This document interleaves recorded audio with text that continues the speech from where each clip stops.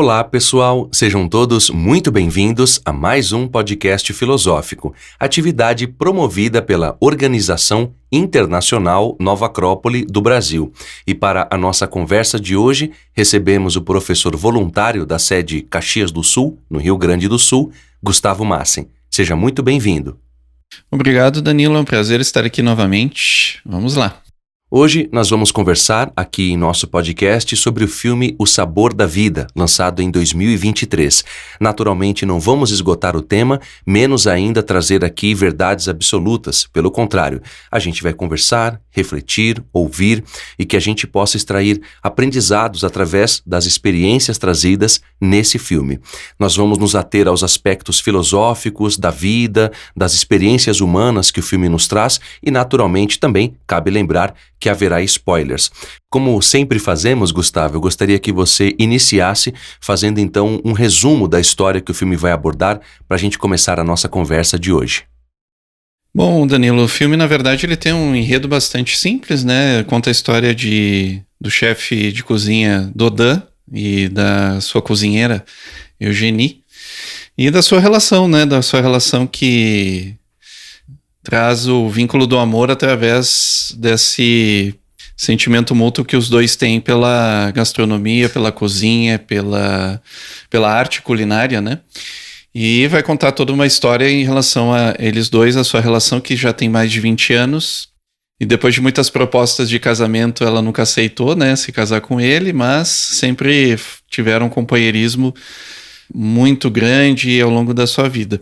E o filme vai se desenrolar mais ou menos nesse sentido, né, dessa dinâmica da cozinha, dessa relação da culinária com a vida, e é justamente por aí que a gente vai abordar. Afinal nós somos gastrônomos, né, Danilo? Apesar de gostarmos da boa comida, mas não somos gastrônomos e não entendemos muito do assunto. Mas, sem dúvida, o suco filosófico que a gente vai extrair aqui tem muito mais relação dos sentimentos, né? Dos sentimentos e da relação disso com o próprio viver, né? E vamos trazer isso através dos seus personagens, que são bastante... A gente se identifica bastante, né? A gente tem uma identificação muito grande com eles. A gente passa longe de ser gastrônomo, né, Gustavo? Nós não temos experiência nenhuma com esse ofício, só que do ponto de vista filosófico e da experiência de vida também, nós buscamos sempre extrair algo que a gente possa aprender e levar para a nossa experiência. Essa primeira cena do filme, que demonstra ali uma culinária de alto nível, um processo todo de feitura de um prato e toda a realização da comida ao longo daquele processo de harmonia, dos elementos, dos itens que eles vão colocando nas panelas. É uma cena longa e que tem muita coisa para aprender logo de início. Pode parecer um filme que trata só de gastronomia, mas longe disso. Algumas resenhas que eu pesquisei para entender melhor a visão das pessoas também sobre o filme, na grande maioria delas eu percebi um aspecto de relação apenas com a culinária, uma visão apenas sobre a culinária. Mas, ao longo da história, a gente percebe que tudo, embora gire em torno da culinária, tem um viés humano de reflexões profundas sobre as relações entre aquelas pessoas que estão ali envolvidas na história.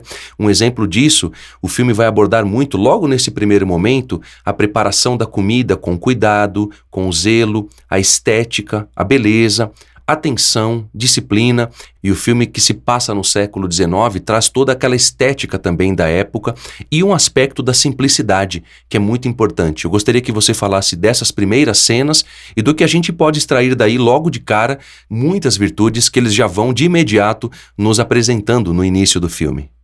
Isso, Danilo, muito bem apontado, porque o filme dá, né, todo um pano de fundo de 15 minutos, praticamente, que não dá diálogos, né, poucos diálogos, e traz toda a dinâmica da cozinha, e desde a Eugenie mesmo indo colher os vegetais na horta do chateau, né, de onde eles têm toda a produção de comida, né, a cozinha deles, né, e aí até mesmo a dinâmica da cozinha, né, isso é muito bonito no filme, porque desde já a gente já observa que tem uma arte ali e ao mesmo tempo uma identificação, porque todo mundo já participou de um jeito ou de outro de um preparo de um prato, de uma comida, e a cozinha ela pode ser um lugar bastante caótico, né?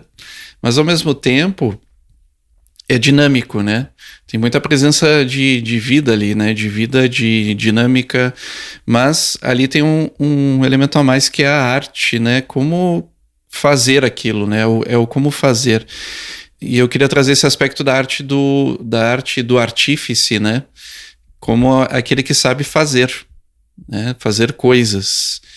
E fazer coisas significa eu transformar, saber transformar, né? Sem perder a sua característica. Então, ao longo do filme, a gente vai vendo que a culinária, principalmente desse chefe, né, o Dodin, é uma culinária que busca ter uma intenção, né? Tem sempre uma intenção conectada a um sentimento, né? Ao que se... Não é simplesmente usar dos sentidos para ter uma experiência que daqui 5 minutos ela vai se esvaziar. Mas que fique, né? Que permaneça. Me chama a atenção no início, né, que a personagem, aparece uma personagem, uma criança, né, que é a Pauline, que ela é sobrinha de uma assistente da cozinha, que é a Violette, e ela tá ali, né, junto, e desde o início ela participa da mesa, eles estão, acho que, se não me engano, tomando café da manhã, juntos, né, e ela experimenta a comida e tal, e isso já desperta alguma coisa, porque eles vão perguntando pra ela, o chefe vai perguntando pra ela o que ela tá percebendo ali, que ingredientes que tem. Ela vai dizendo quase todos, né? E aí já também desperta um talento ali que tá moldado, que tá ali presente, né? E justamente vai despertando ali, eles vão prestando atenção, né? E tem uma cumplicidade, já de início já se mostra, né, essa cumplicidade entre o Dodin, né, e a Eugénie. A Eugénie sendo a cozinheira dele, então já tem a sacada, já tem a visão, né? Então, essa cena inicial toda e todo o preparo, né? Isso vai nos dando essa dinâmica de vida, dinâmica de arte, e que também tem muito suor, né? Tem muito trabalho, porque a cozinha é um ambiente de muito trabalho, né? De não ter paradas, né? É uma coisa muito viva, né? Não tem poucos momentos de descanso, assim, né? E claro, o filme já vai mostrando de início uma problemática, que é a Eugénie tem uma doença, ela tá já indisposta e não se sabe bem o porquê, mas ela se mantém firme sempre, né? E não querendo demonstrar, né, essa fraqueza que ela tá sentindo, né? Bom, assim, a história vai correndo porque tem os amigos desse chefe, né, que são, assim, representantes, vamos dizer assim, da sociedade francesa, né, são típicos, né, representantes da alta sociedade francesa da época, mas tem uma amizade muito, muito grande com ele, né, e ele repete muitas vezes, né, meus amigos, né, são verdadeiros amigos, isso vai aparecer lá na frente. E que tem até um interesse comum, né, que é a gastronomia, e viver essa arte da gastronomia, né, de sentir, de realmente perceber a vida através da comida e da culinária, né. E é interessante porque a Eugénie, ela poderia, né, até pela posição dela e pela intimidade que ela tem com o chefe, poderia estar junto com eles, mas ela se mantém sempre na cozinha, né. Não porque é o lugar dela, mas porque ela se sente bem ali, né? Se sente... É como o dom, né? Como a vocação que a gente tem, né? Que quando a gente sabe que tá na vocação, a gente tá no lugar certo. Aparece um pouco também. É um dos temas que aparece no filme aí também, né? Exatamente, Gustavo. Eu pensava justamente na ideia da vocação. E é sobre isso que eu gostaria que você falasse um pouco mais. A percepção da Pauline é típico de alguém vocacionado. Ela ama o que faz. E há uma conexão prática entre aquele que ama e aquilo que ele ama e o que faz em consequência disso. A gente pensa que uma pessoa que ama, ela é distraída, é desatenta, fica nas nuvens, como se costuma dizer, porém, o que ocorre é justamente o oposto. Alguém que ama o que faz tende a ser compenetrado, atento, disciplinado. Enfim, é uma pessoa que tem ali uma concentração para fazer aquilo que ela ama. E é muito curioso porque naquela cena do café da manhã, onde o Dodin pergunta para Violette quem é aquela pessoa que está ali, ela fala que é uma prima, e naquele momento já há uma relação de cortesia, porque ele pede para que ela se sente, tome o café da manhã com eles, a Eugenie também está presente, e aquela cena onde ele pergunta para ela quais são os ingredientes que estão ali servidos, ela começa a falar quase todos os ingredientes, e ele já percebe que realmente ela nasceu para aquilo. Porém, ela necessita de alguém que a ensine. E nesse momento, o Dodin vai passar a ser indiretamente um mestre para ela. Tanto que lá no final, a gente percebe que após a morte da Eugenie, a família vai até ele e solicita que ele aceite a menina como uma aprendiz. E é interessante um paralelo, no filme Na Natureza Selvagem, por exemplo, o menino passa por aquela prova no final do filme, onde ele morre sozinho, justamente porque não há ninguém para ensiná-lo o que fazer e o que não fazer. E isso é interessante de refletir, porque nesse filme ocorre o oposto. Eu gostaria que você falasse sobre isso, Gustavo, porque esse momento do filme nos ensina sobre encontrar o nosso caminho, encontrar a nossa vocação e desenvolvê-la. E esse filme às vezes pode aparentar um pouco de... me fugiu a palavra. Rebuscado demais, parece, de início, né?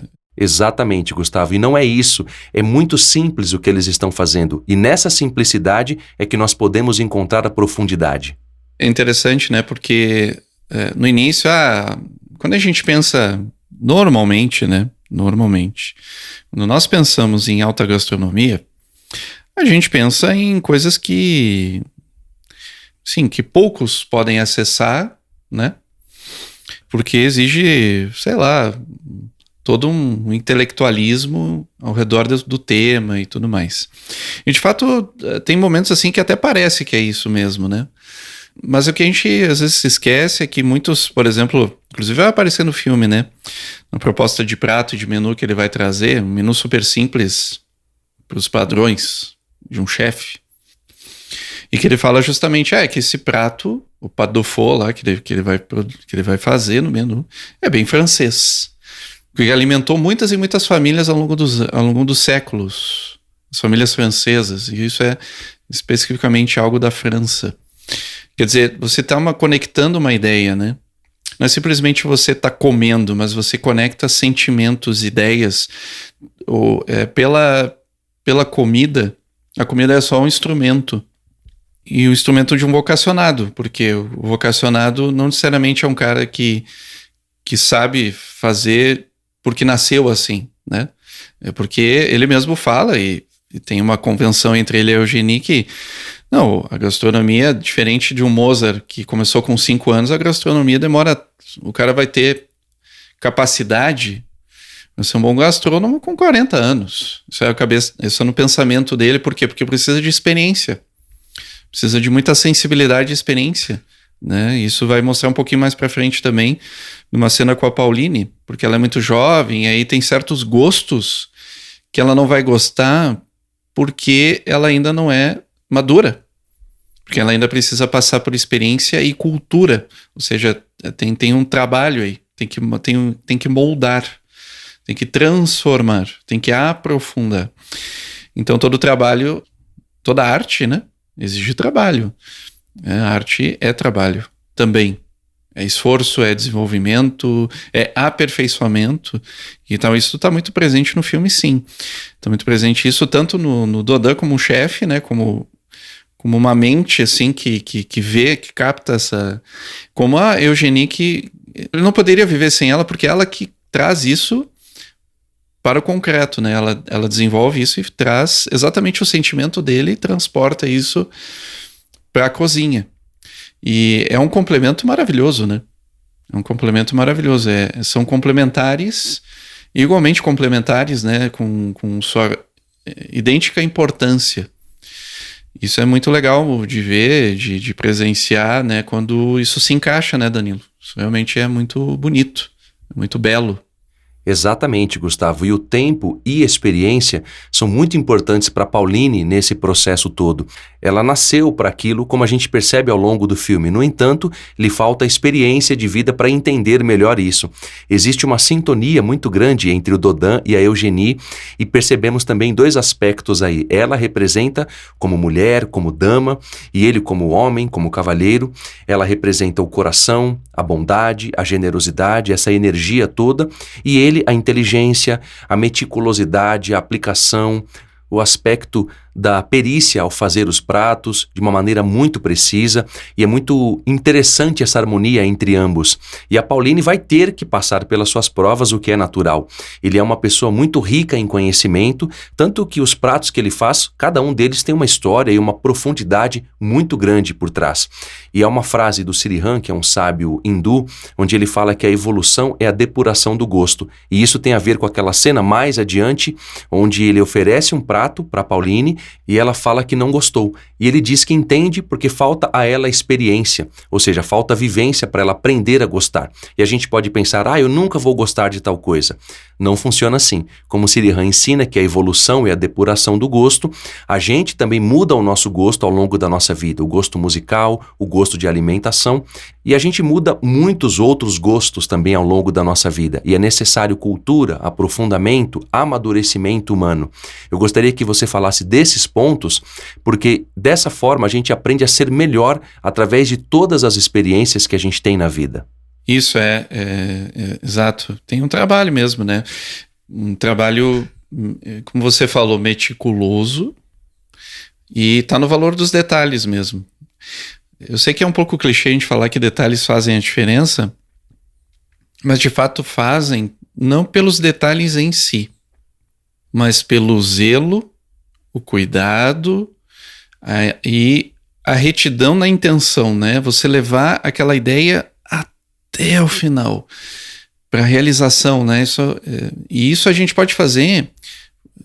Claro, a gente está falando da arte da gastronomia, mas a gente pode levar isso para a vida. Um filme também, né? Pelo seu título leva a isso, né? O sabor da vida. Qual é o sabor da vida, né? São os detalhes. São os detalhes que a gente não enxerga quando a gente não está vivendo eles. É como se a gente não aprofunda as nossas relações, se a gente não aprofunda a nossa vivência, os nossos atos, não aperfeiçoa aquilo que a gente faz para fazer um pouquinho melhor, isso vai perdendo o gosto da vida. E a Eugenie, ela representa aí simbolicamente, pelo menos no meu entendimento aqui, né, esse gosto pela vida. Ela fala isso no filme textualmente. Ela tá viva porque ela tem gosto pela vida. É um gosto. O que é o gosto? É sabor. Tem textura, tem nuances, é complexo, é como o buquê o buquê do vinho, né? Tem uma complexidade, tem profundidade, tem permanência. Tem uma série de... Eu estou falando coisas que são características, talvez, da culinária, mas relacionam-se com virtudes humanas, com valores humanos que a gente pode desenvolver. Através o meio, né, que é, no caso do filme aqui, é a culinária, é só um meio. É só um meio, que poderia ser vazio, né? Preparar comida, todo mundo pode preparar, né? Assim como fazer música, como você bem conhece, muito mais do que eu, por ser do ramo, né, Danilo? Fazer música, vamos dizer assim, qualquer um pode, né, tendo um pouco de noção, pode fazer. Agora, a arte do meticuloso, de fazer com profundidade, exige tempo, exige muito desenvolvimento. É possível qualquer pessoa, qualquer ser humano fazer isso? É possível, mas exige, né? Exige uma trajetória, né? É como a gente fala da arte, da própria arte de viver em si, né? Que é próprio da filosofia. A filosofia é a arte de viver. E se assemelha muito às outras artes, porque todas as artes representam a arte da vida. no fim das contas. Sem dúvida, Gustavo, essa peculiaridade ao fazer os pratos é algo muito especial no Dodin, na Eugénie. Toda a relação que eles têm, que está para além da comida, ela é muito especial. E eu me lembro de uma experiência, eu trabalhava na noite tocando, e um dos rapazes que trabalhava em um hotel, o apelido dele era Bahia, ele gostava de ser chamado assim, ele fez um prato em uma noite muito especial. E aquilo chamou a atenção de outras pessoas que também estavam ali comendo. E quando eu acabei de tocar, eu fui lá conversar com ele e perguntei, poxa, Bahia, o que você colocou de diferente hoje aqui? Você sempre faz as comidas muito bem, mas hoje havia algo de muito mais especial. E ele comentou com aquele sotaque de baiano, ô meu irmão, aqui tem amor, eu faço tudo com muito amor. E é muito interessante, Gustavo, porque ele estava feliz ao relatar aquilo para mim. Uma outra pessoa que estava ali comendo também percebeu que tinha um tempero muito especial. E tudo aquilo que a gente faz com amor ressoa de maneira muito mais verdadeira, muito mais elevada.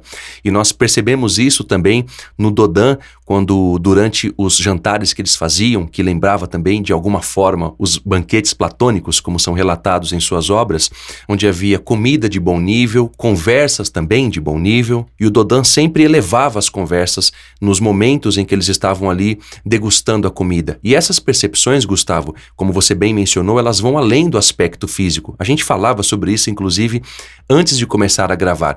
E essas experiências podem ir mais além do aspecto físico, ou seja, o sentimento pode expressar uma ideia de cortesia, de generosidade, de bondade através da ação. E quando a comida é bem feita com amor, a gente passa bem. E quando ocorre o contrário, a gente tende a passar mal. E é uma outra questão, quando se está escolhendo o cardápio naquele jantar bem elaborado que vai ser feito lá mais para o final do filme, nós percebemos ali um intelectualismo na escolha da comida. E o Dodin, nesse ponto, ele é o oposto. Ele é muito mais prático, muito mais simples, muito mais efetivo, porque ele se importa com aquilo que realmente é importante na comida, que é todo o fator humano que envolve aquilo que vai ser feito. Gostaria que você falasse um pouco sobre isso, porque temos muito a refletir e aprender também de tudo isso que o filme vai apresentando aos poucos pra gente. Sim, eu lembrei do Da Vinci também. Ele fala que a sofisticação é o mais alto grau. Desculpa, a simplicidade é o mais alto grau da sofisticação. Porque é o requinte do simples, né? É o sintético, né? Ali tá tudo. É como se de algo pequeno ali tá tudo. É tudo que tu precisa, né? Porque teve um trabalho muito árduo para chegar ali, né? Um trabalho todo para chegar ali. É toda uma construção, né? É fantástico, né? A Eugénie, por exemplo, ela é a inspiração, ela é a musa dele, né? Acho que muito do que ele é como chefe tem a ver com a sua cozinheira. Não está muito explícito, mas aparece assim como nuances no filme, né? Ela como tradutora do que ele se inspira, também inspira ele, né? Se inspira nesse... E a segurança, quer dizer, tudo que ela transmite para ele é mútuo também, do lado dela. Porque quando ela fica doente na primeira vez e acaba ficando de cama por uns dias, ele vai cozinhar para ela, né? E é uma cena... É lindo demais. Por que é lindo? Porque ali é quase também é uma cena praticamente sem diálogo, né? E ele muito atento, quando ele, assim, muito atento, né, do que ele estava fazendo. E aí leva os prazos e uma preocupação, né? De que tudo esteja perfeito. E aí quando ele vai levar para ela, quando chega assim, ela sorri, né?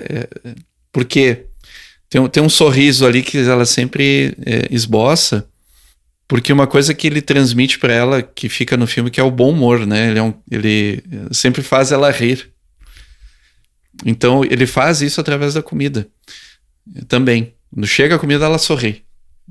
Então é muito, muito legal isso, né? Como a gente, nos pequenos detalhes, pode fazer, assim, ter experiências tão profundas, né? Tão grandiosas ao mesmo tempo, né?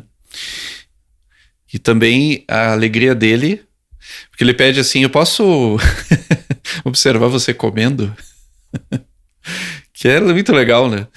Ele senta assim, ele olha, ele fica prestando atenção assim, na reação, como vai ser, é uma expectativa, né, de como vai ser o resultado disso, né. E se bem me lembro, Gustavo, ele nem chega a comer com ela. Não, ele não come, não. E a Violette fica ao fundo observando, ela fica emocionada em algum momento, e a atitude dele é justamente o que a emociona. Justamente pelo carinho, pela gentileza, pelo respeito que ele tem com a Eugenie e tudo que envolve aquela cena. A luz de vela, o cuidado com os pratos, os talheres, o cuidado também ao servi-la, e inclusive ele parece uma criança ali observando ela se alimentar. A cena como um todo é muito bela. É isso. Tudo bem, né, a gente também tem que entender que é um contexto propício, né? Eles estão num chateau francês, né? Com todo o requinte, mas também é possível a gente estabelecer isso em coisa no que nós temos, né? Porque não é o fato deles terem o melhor, é o fato deles fazerem o melhor. Isso se sobrepõe, né? A questão do material da coisa, né? Vai mais para o sentimento mesmo, para a intenção, para o que vem de dentro, né? O que eu quero? Eu quero dar o meu melhor, eu quero para ela só o melhor. Esse é o sentimento dessa cena. E aí, claro, ele faz a proposta de casamento, e enfim eles casam, né? Também numa cerimônia, uma certa cerimônia muito simples, né? Não tem assim nem a cerimônia em si, né? Não mostra no filme, mostra só um almoço, né? Que eles fazem com os amigos, né? E anunciam que iriam se casar. Mas é muito gratificante ver assim o processo. Claro, tem dor aí, né? Porque tem arrependimentos também. Podia ter feito isso antes, né? Mas era a relação deles, né? Era uma intimidade deles, era algo que era próprio deles. E tem isso na vida da gente também, né? Às vezes a gente se relaciona e acha que tem expectativas de como tem que ser as coisas, né? E às vezes o que de melhor está acontecendo já está acontecendo. Né? A vivência ali, o que é especial já está acontecendo na nossa vida. E nessa cena do casamento também tem uma outra reflexão sobre as estações que diz muita coisa pra gente. Há muita coisa para se aprender dessas cenas. Ela diz que vai morrer no verão, salvo engano, e já ele diz que gosta de todas as estações.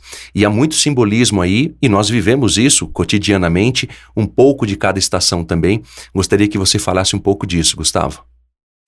Sim, com certeza. Com certeza, né? Porque ela reflete muito personagens, né? Como cada um vê o mundo, né? Ela tá lutando, né? Porque ela tá lutando contra a doença, ela tá se posicionando conscientemente para a vida. Ela não tem interesse em viver a decrepitude. Ela quer viver a vida com toda a sua potência, né? Então porque ele vai fazer o brinde para anunciar e fala assim, a gente está se casando no outono das nossas vidas, e faz todo um discurso do outono, né? O que o outono oferece, né? Que traz da terra os alimentos, né? E tudo mais, faz toda uma relação linda, né? E depois ela tá bom, tu falou isso, eu prefiro o verão. Eu prefiro o verão, né? O sol, né? E tá bom, né? E tá bom, é isso. Revela muito ali o que como cada um vê, porque ele prefere todas as estações. E ele fala especificamente o início de cada uma, né? Que é o frescor do início, seja o crepitar da primeira lareira, né? No outono, o primeiro botão de rosa na primavera, né? Botão de flor. Enfim, você também estabelecer qual é a tua relação com a vida, né? Não está errado, nenhum nem outro estão errados. Eles são complementares, né? Eles são complementares na sua visão e na sua natureza, né? Que é uma natureza que não é só instintiva, é uma natureza que foi depurada com o tempo e que mostra a beleza. E isso realmente é um fato que você relatou sobre a visão que ela tem da morte. Tanto que quando aquele médico que vai até a casa dela, não lembro se é Rabás ou Hamas. É o Rabás. Rabá. Vai falar Rabá, né? Exatamente. E esse médico vai até a casa deles e o Dodan realmente está muito preocupado, só que ela diz para ele que está tudo bem. Ela mostra uma cara de serenidade, tranquilidade, e quando ela se vira para a câmera, ela realmente mostra ali a sua preocupação, porque ela sabe que não está bem, o próprio Dodan, obviamente, que também sabe disso, só que essa cena me fala muito, Gustavo, do valor que ela tem diante do sofrimento e da dor que ela está passando. Ela não esperneia, não dá chilique, como se costuma dizer. E isso é importante de perceber, porque é uma postura estoica. É lógico que se a pessoa está mal, ela deve falar para alguém, óbvio, para que seja levada a um hospital, para que se resolva o problema que a pessoa tem. Outra questão é você supervalorizar a sua dor e ficar reclamando de tudo quando tem uma dor pequena, exacerbar o sofrimento. E é importante falar disso, porque ela demonstra resignação, aceitação e muita coragem para enfrentar o que ela está passando. Com certeza. Enfim, é inevitável que o filme constrói aí um direcionamento que ela vai, sim, morrer, né, tal, e o próprio Dodan tem que lidar com isso, né, lidar com essa dor. Ele passa, né, por toda uma dor, né, inclusive de nem comer. Engraçado, né, porque ele para de comer. Não é, e no caso do filme não é algo assim leviano, né? Não intencional, é intencional. Parar de comer para ele é como parar a vida dele. É como se ele tivesse parado a vida. Só aqui eu não quero mais. E interessante que aí no filme ele fica num canto da cozinha, ele não consegue ir para a cozinha, né? Ele fica naquela mesa, olhando para fora, um pouco de luz, assim, uma coisa meio bruxuleante, assim, né? Mais soturno. E na fotografia que vai também aos poucos ir iluminando, né, voltando, né, quando a Pauline volta com ele, começa a aprender com ele, começa a revigorar isso, né. Mas o sentimento fica, né, a saudade é um sentimento tão presente em nós, né, quando a gente perde alguém, né, quando a gente, sim, parece que perde, né, porque não sei se perde realmente, mas a gente fica com aquele ente querido tão presente, e o amor tem dessas coisas, né? É um laço que não se perde, né? É um laço que sim foi cultivado, porque você vê, ele é 20 anos, né? 20 anos. E há aquele monólogo que ele tem, porque a Pauline simplesmente o ouve. Ele fala para ela que viveu muitas coisas com ela, teve muitas experiências, ou seja, ele está ali colocando as suas experiências para ela, que só ouve o que ele está falando. E é muito interessante, porque é uma vida juntos. E os amigos até tentam ajudá-lo, né, porque querem arrumar uma cozinheira e ele não quer, né. Até que no fim, assim, vem um amigo, um dos amigos dele vem correndo assim, vem com 2 pratos. Vocês precisam. É a famosa marmitinha, né? É a marmitinha, né? Você precisa comer isso, né? E aí ele dá toda a descrição da intenção, né? Do que a cozinheira queria transmitir pela comida. É sensacional, né? E aí que ele. Opa, eu acho que encontramos, né? Porque não é uma questão de deixar para trás o sentimento, né? Ele vai continuar amando, ele vai continuar, isso não vai terminar, né? Talvez essa é a beleza do amor, né? É não terminar, é não precisar terminar. E bom, o filme encerra magicamente, assim, né? Porque é uma cena tão bonita, até cinematograficamente falando, assim, cinemática dele é muito bonita, né? Que vai rodando 360 ao redor da cozinha e vai aparecendo elementos na cozinha até que aparecem eles dois em diálogo. E é das cenas mais... Bom, realmente encerra o filme, né? Porque, como você falou, Danilo, é um filme que você tem que assistir até o fim. Né? Porque o laço dele é só no final, só a cereja, ou o sentido todo dá só no final dele, né? E é o diálogo que eles retomam, né? Daquele diálogo no campo que eles têm após o casamento. Eles falam das estações, né? E ela fala para ele, ela pergunta para ele Eu sou sua cozinheira ou sou sua esposa? Né? E ele para um pouco, olha no olho dela e ri um pouco e dá um pequeno sorriso e diz assim: você é minha cozinheira. Porque isso era o sentido dela, né? Quer dizer, ela não pertencia a ele nesse sentido, né? Não é, era outro sentido, né? E é muito bonito. E ele cita, antes disso, né? Ele cita uma frase do Santo Agostinho que é muito interessante de reflexão, né? Que ele fala assim: a felicidade está em desejar o que se tem todos os dias. É interessante eu ouvir isso assim, porque a gente deseja, normalmente a gente pensa, a gente deseja o que não temos, né? Aquilo que a gente não tem. E ele se dá conta que na verdade ele já tinha e ele desejava ela todos os dias. No sentido que ele renovava esse sentimento todos os dias, né? Não como uma posse, mas por só ter ela ali, né? Estar juntos. É um filme também que, para além do amor, né, entre homem e mulher, um casal, né? É um filme que fala muito de companheirismo, né, Danilo? Também. Um companheirismo é uma cumplicidade, né? De você só olhar, só do olhar você já sabe, né? Um pouco de concórdia, como os nossos mestres da filosofia nos ensinam, né? Um pouco de... Quer dizer, não precisa dizer nada. Já está conectado. Já tem uma conexão de coração a coração. E justamente sobre isso, Gustavo, que eu gostaria que você falasse no final. Amor, cumplicidade, são virtudes que a gente percebe de maneira muito evidente no filme. O renascimento dele também, lá no final do filme, quando o sabor da vida, digamos assim, reaparece para ele, ele surge das suas próprias cinzas e das próprias trevas que ele passa ao longo das provas, logo depois que a Eugenie falece. E é muito bonito de ver tudo isso acontecendo. A nossa vida também tem um pouco de tudo isso que o filme vai mostrando pra gente. Tem uma das pessoas que estão ali passando pelas experiências de ser aceitas pelo Dodin na cozinha, e ela faz uma sopa, mas não fica boa, e ela diz que não consegue. Porque a sopa era da Eugenie. Era uma sopa dela, daí tem o nome dela, né? Eu já não tenho condições de fazer isso, porque eu não sou isso, né? Sim, com certeza. E tudo isso que ele vai vivendo ao longo do filme e percebendo também nessas pessoas que estão ali fazendo as suas experiências para que ele aceite na cozinha junto com ele, são provas da vida. E o filme nos ensina muito sobre isso. O renascimento dele, frisando esse ponto, é muito belo de se ver.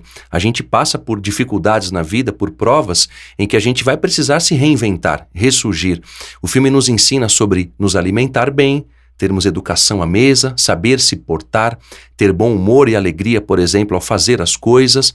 Há muita cortesia, logo naquela cena inicial de mais de 15 minutos ou 15 minutos, que você bem lembrou, é muito interessante porque todos os ingredientes que ele pede para qualquer uma das pessoas que está ali com ele, seja a Eugenie ou a Violette, ele sempre agradece, ele sempre fala obrigado. Ele é muito cortês, muito gentil e tem muita paciência também, porque fazer aqueles pratos demora um tempo. Não são coisas rápidas como um fast food, por exemplo. E isso tudo vai nos ensinar sobre a paciência também. Ou seja, há muitas virtudes, Gustavo, que o filme vai colocar para que a gente reflita e saiba, de alguma forma, vivê-las melhor. E essa frase atribuída a Santo Agostinho realmente é a cereja do bolo, como se costuma dizer, que é aprender a amar o que já temos. Isso é muito interessante porque traz a ideia de conquista, de reconquista diária daquilo que a gente ama e de cultivar, como nos ensina, por exemplo, o Pequeno Príncipe. É muito importante a gente refletir sobre tudo isso. Nós temos muitas coisas e queremos coisas novas e desvalorizamos aquilo que já temos. Gostaria que você resumisse um pouco dessas ideias para que a gente saísse desse podcast com esse sabor da vida no nosso coração e de alguma forma também nas nossas ações. Bom, Danilo, eu não tenho mais muito o que acrescentar. Você trouxe aqui todos os elementos muito bem concentrados, né? Que é isso, a felicidade, ela não é uma forma de ver, né? Que a felicidade não é um fim, né? É a construção, é o caminho, é com quem a gente constrói também. É com quem a gente realmente se importa, qual é a humanidade que nos cabe, né? A gente fala muito isso em Nova Acrópole, que a gente, sim, quer um mundo novo e melhor, quer construir um futuro, né? Ou seja, trazer elementos para a construção de um futuro melhor, mas os elementos que a gente traz não são elementos novos, né? São elementos de sempre. E esses elementos justamente que se conectam com sentimentos elevados. O amor, a amizade, a cumplicidade, a generosidade. São sentimentos que transcendem o tempo e o espaço. E que quando a gente vive isso, quando a gente vive essa experiência, ela nunca se apaga. Ela nunca mais vai se apagar. É uma chama que acende e não tem vento que apague, não tem chuva que apague, né? É um fogo que arde como o sol, né? Como a Eugenie mesmo tanto amava, né? No verão, o poder do sol, o poder da luz e calor, da vida, né? É o poder da vida. Então é isso, Danilo, que eu poderia dizer. Tem muitas mais coisas, eu deixei com os ouvintes também para refletirem um pouco, porque disso se trata a filosofia. Como sempre, a gente não traz aqui verdades absolutas, né? A ideia aqui é a gente iniciar um diálogo, né? E que sim, participem aí ativamente, se não nos comentários das redes onde são transmitidos os nossos podcasts, que seja nas nossas escolas, porque a gente está aberto para isso. Venham às nossas escolas e podemos dialogar sobre isso e tantas outras coisas. Tantos outros sabores que a vida tem e nos traz todos os dias. Dessa maneira, encerramos então o nosso podcast de hoje, agradecendo a presença do professor voluntário Gustavo Massen e, claro, desejando que seja sempre muito bem-vindo. Obrigado mais uma vez, Danilo, é sempre um prazer. Obrigado a todos. Para aqueles que queiram nos contatar, podem fazê-lo através do nosso site nova-acropole.org.br/podcast. E para quem quiser saber mais sobre o nosso curso de Filosofia para Viver, basta acessar nova-acropole.org.br. Até a próxima!